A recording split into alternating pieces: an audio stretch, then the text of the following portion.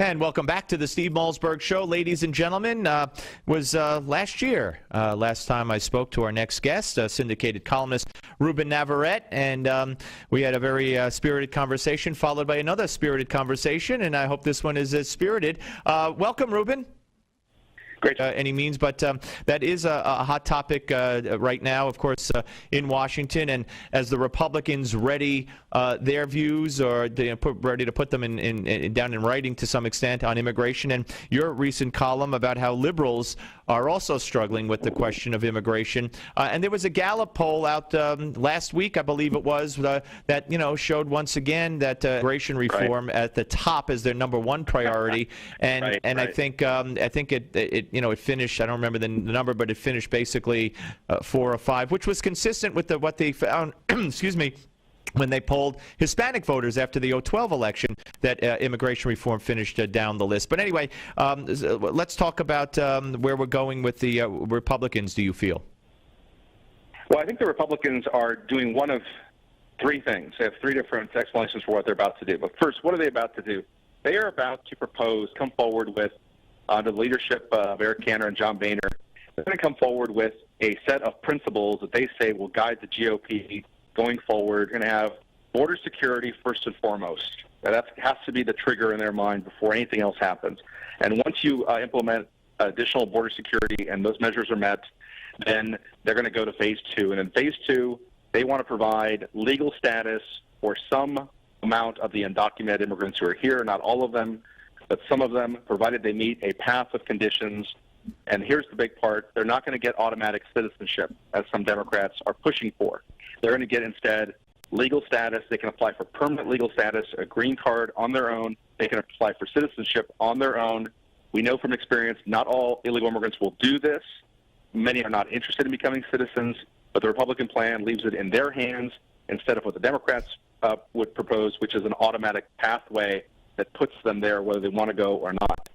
So in the overall, I think that while they're going to the Democrats bluff, because the Democrats really have no interest, as we're about to talk about here in a minute, in doing immigration reform, because they know there's a price to be paid, even within their own constituency, for doing immigration reform. Or 2, the Republicans are trying to kiss and make up with Hispanic voters who like immigration reform and dislike the GOP. Or 3, they're just trying to find a middle-of-the-road, pragmatic solution to a difficult problem. It could be one of the 3, it could be all 3, but here we go. All right, so let's talk about the liberals now in the column that you wrote. Yeah. And you talk about how the debate on the left is whether or not to include U.S. citizenship as part of any plan that will legalize the people who are already here. Right.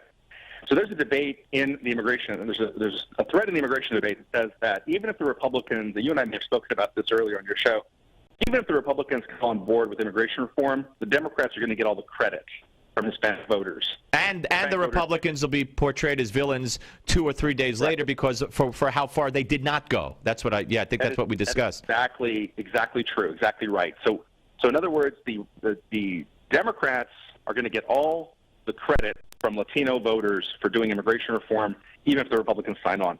But if you flip that coin over, you see the rest of it, which is that there are a lot of Americans out there, Hispanics, African Americans, white Americans, other Americans, who do not want immigration reform as laid out. They do not believe that people should be the majority of the credit from Hispanics, but the majority of the blame from this other group. So Democrats are very wary of into saying and doing dumb things, which the Republicans have a way of going along. And then at the end of the day, immigration reform doesn't get done. The Democrats get to portray themselves as the heroes, the Republicans as the villains, but they never have to bite the bullet and actually get the reform package done. So here comes Boehner and Cantor. If, in fact, they are calling the Democrats bluff, they're saying, okay, now we're going to propose we do this. And then you force the Democrats to move the goalposts because Democrats cannot afford for there to be a legalization plan because while it will make some Hispanics happy, it will make some non-Hispanics very unhappy. Right. So, all right. So on one hand, I was going to say, so what is it that Boehner and company don't understand that you and I understand, that they're in a lose-lose situation? But you're saying, and it's very interesting, that they may not be in a lose-lose situation because they're going to force the Democrats to take a stand on something that is very controversial and is dividing them. Correct? That's right. That's absolutely right. There are Republicans out there like Tom McClintock, who's from California, ran unsuccessfully against Arnold Schwarzenegger for governor. And where Schwarzenegger got elected twice by carving out 30% of the Hispanic vote, McClintock got beaten, hammered badly twice. He's now in Congress. Tom McClintock's view on this whole deal is, hey, if you break the crime, if you commit a crime, and illegal immigration is a crime, we ought to treat it like a crime. And the problem is illegal immigration is not a crime. It's a civil infraction, a violation of civil law, not a criminal act. And so there are Democrats out there who they want to clone Tom McClintock. You see, they love him. They love him. Democrats love Tom McClintock. They would love to clone him because as long as you have idiots like that running around, you're never going to have to worry about putting the Democrats in a really tough spot.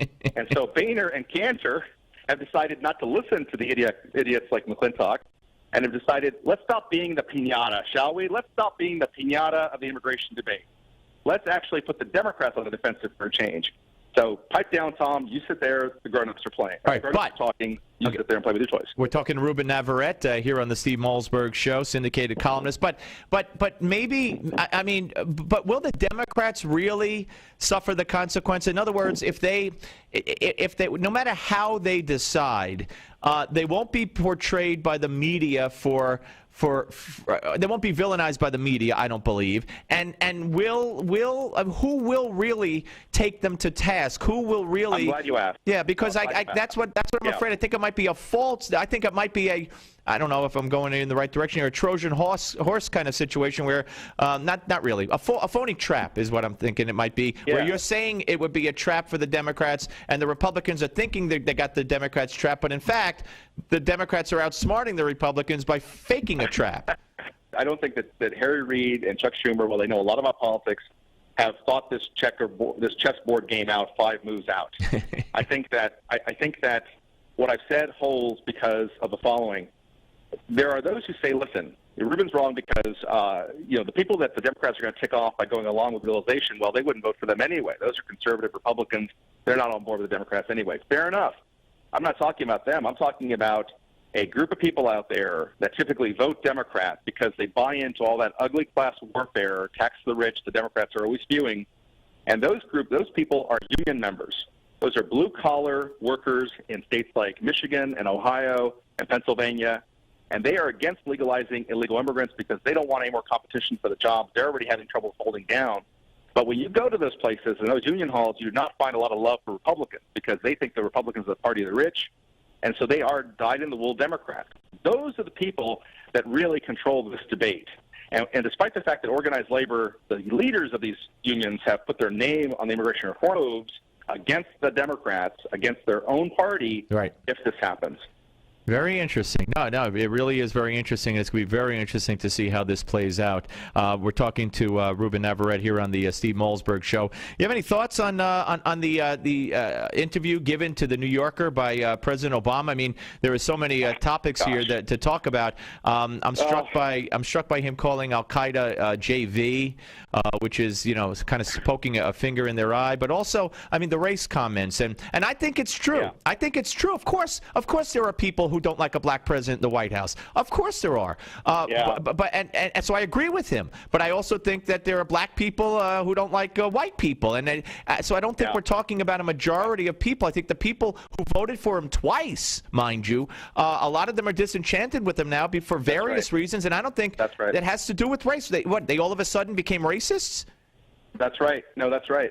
And you're talking about people who did vote for him the first time. They were disillusioned with him even at the point of re-election. There were so many people out there who came forward with a choice in November of 2012 saying, I'm going to vote for Obama as the lesser of two evils.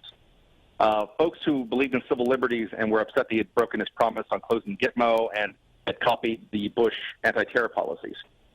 Teachers who were upset because he had done the same with Bush's education policies. Latinos who were upset because he had broken his promise on immigration reform. African Americans who were upset because he hadn't delivered for black youth and others who are unemployed. So there were plenty of people who came forward and said, I'm going to vote for the lesser of two evils. I'm going to support Barack Obama. So the disillusionment you're talking about has been going on for a long time. And you're right. These people did not just suddenly become racist overnight. I winced when I heard those comments in the Yorker article because I thought to myself, are we back to this again? Yeah. Are we really back to this again after everything that's been said and done about the failures of Obamacare, and I lied about people being able to keep their coverage, and Benghazi, and the refusal to come forward and come clean about what happened there, and the broken promise and the 2 million deportations that have ticked off all the Latinos, really, at the end of it all, are we really in year 5 now going to go back to they don't like me because I'm black? I mean, this isn't even original. Yeah, no, you're right. But you know what? He's been, to me, either through his own words and deeds or through the Justice Department, it's been all about race. And you know, one of the really aggravating things, and I don't know how you feel about this. I'm sure you're aware that the head of the Justice Department, the Attorney General Eric Holder, issued guidelines for schools saying that if a minority student, commits a minor infraction, they shouldn't call the police, but they should put him in the principal's office. Now, you're not going to call the police for someone breaking a piece of chalk. You're going to call the police for something that you think you should be calling the police for. And here the Attorney General of the United States says if they're a minority, don't call the police. Now, because it'll lead on a path from school to prison. And yet, so first of all, in my view, saying that is racist, and having separate won't get in trouble. I don't get the whole thing. I'm a little queasy about this whole thing. I saw when the story broke about 2 weeks ago, you have to understand, this is not just one cabinet head secretary who's doing this. This is 2. This is Arnie Duncan, the Secretary of Education, and Eric Holder, the Attorney General. You've got 2 cabinet members coming down on the idea of school discipline, a topic that, and I've written about education for 20 years. Right. And I don't think I've ever written a single column in 2,000 columns about education, about school discipline, the short end of the stick on discipline and being punished more harshly than the white kids or the Latino kids. I get that. But to come out of the blue with this kind of offensive and bring in the weight of 2 cabinet agencies is, to my mind, way out of proportion. It's not something that inspires a whole lot of confidence. To my mind, listen, if you want to help African-American kids in our schools, do that mediocre because they don't want to work hard for their paycheck. I am with you. Listen, we talked about a lot of things, and we agreed on most of them. Very great and interesting conversation, Ruben. Thank you very much, sir.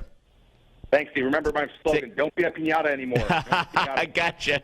Ruben Navarette, ladies and gentlemen, syndicated columnist here on the Steve Malzberg Show. Very interesting. Yeah, look, I'm glad to hear from him that he was upset by that whole declaration by Holder as well. But Arnie Duncan is responsible, too. Steve Malzberg Show, Newsmax TV and radio. The Steve Malzberg